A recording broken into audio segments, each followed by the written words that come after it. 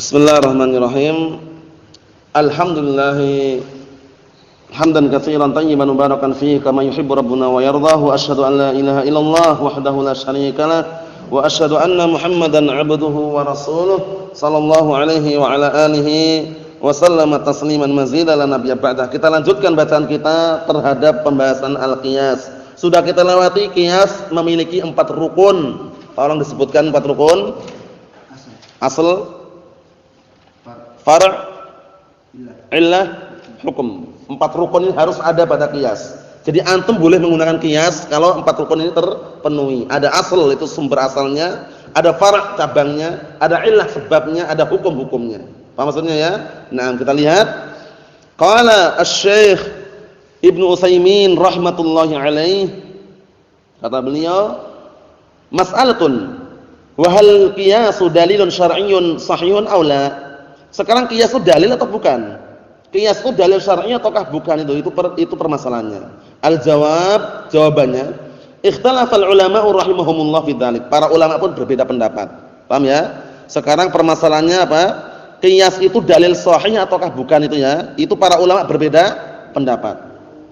Faqala adz-Dzahiriyah, Daud adz-Dzahiri, seringnya Dzahiriyah itu nisbah kepada Daud adz-Dzahiri, berkata, ngam kelompok adz-Dzahiriyah yang mereka seringnya itu mengandalkan dzahir lafaz gitu ya, tanpa melihat syarahnya atau penjabarannya, kadang gitu. Dzahirnya gini ya gini gitu loh. Naam.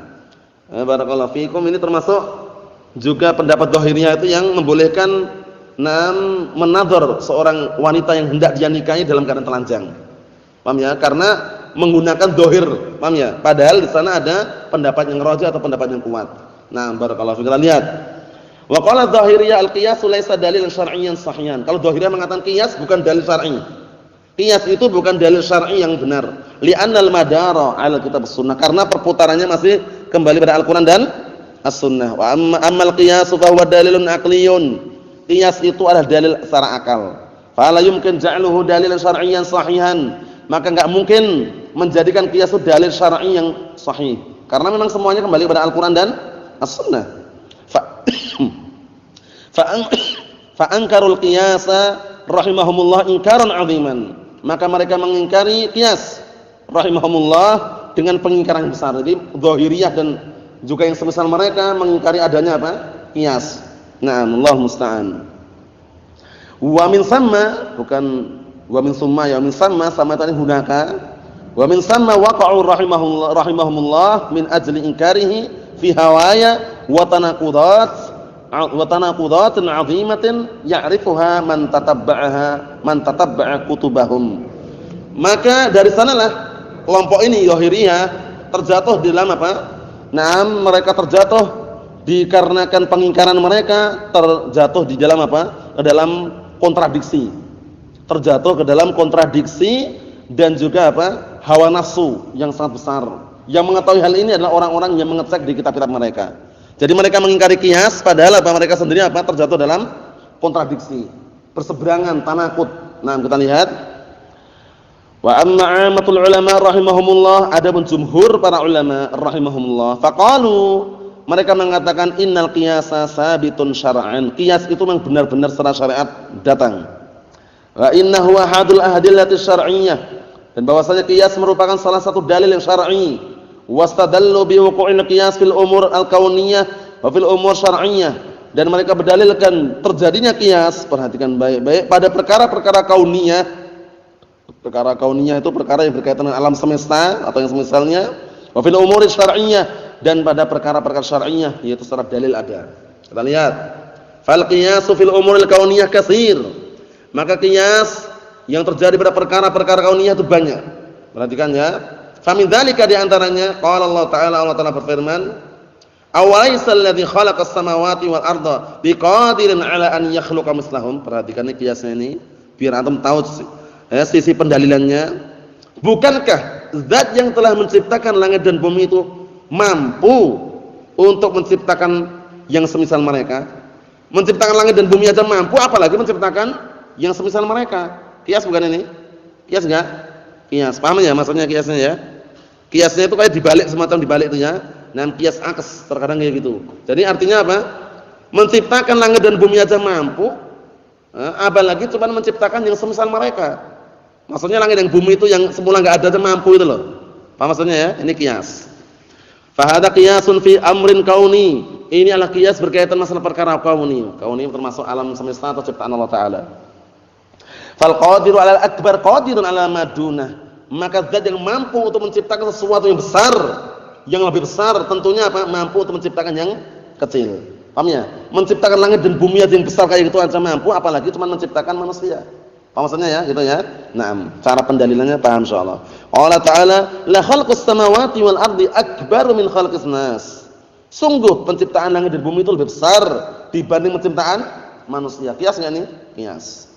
Wa qala Allah Ta'ala, dan firman Allah Ta'ala, "Wa nazzalna minas sama'i ma'an mubarakan fa'ambatna bihi jannatin wa habbal hasid wan nakhla basiqatin laha tal'un nadid rizqan lil 'ibad wa ahyayna bihi baldatan mayyita kadzalikal khuruj." Syahidnya dalam ayat ini, "Wa nazzalna minas sama'i ma'an." Dan kami telah turunkan dari langit air yang mubarakan, yang diberkahi. Naam. Air hujan itu kita yakini ada berkahnya. Nah, cuman jangan sampai kita istilahnya apa, barakallahu fikum, meyakini bahwasanya mesti yang kita pas hujan-hujan itu dapat barokahnya. Paham ya? Kita yakinnya air hujan itu ada barokahnya. Paham ya? Nah, barakallahu fikum. Yang kemudian dengan air hujan tersebut apa? Kami tumbuhkan kebun-kebun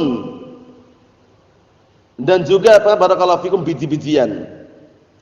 Kemudian juga ditumbuhkan pohon-pohon kurma yang memiliki apa, tangkai-tangkai yang barakallahu fikum berbuah, rizqan lil ibad, sebagai apa, rezeki bagi hamba-hamba. Wa ahyayna bihi baldatan mayyita, dan kami pun menghidupkan negeri yang semula apa, tandus dan gersang.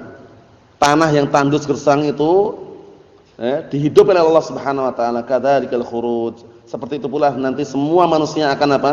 Akan dikeluarkan dari kuburan, dibangkitkan sebagaimana permulaan diciptakan tanpa berkhitanan itu.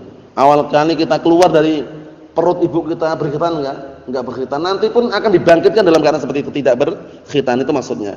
Al-khuruju minal kubur, maksudnya keluar dari kuburan. Yang zilu alaihim matar, turun kepada mereka hujan. Fayunbituna fi kuburihim, mereka tumbuh di dalam kuburan mereka. Summa yakhrujun, kemudian mereka pun keluar. Allah Ta'ala, yauma yakhrujuna minal ajzati sira'a, suatu hari yang mereka keluar dari kuburan-kuburan mereka dalam keadaan cepat. Al-ardu hamidatun yabisatun laisa fiha nabatun fayanzilu 'alaihal mataru fatusbiha mukhdarrah fahada qiyasun.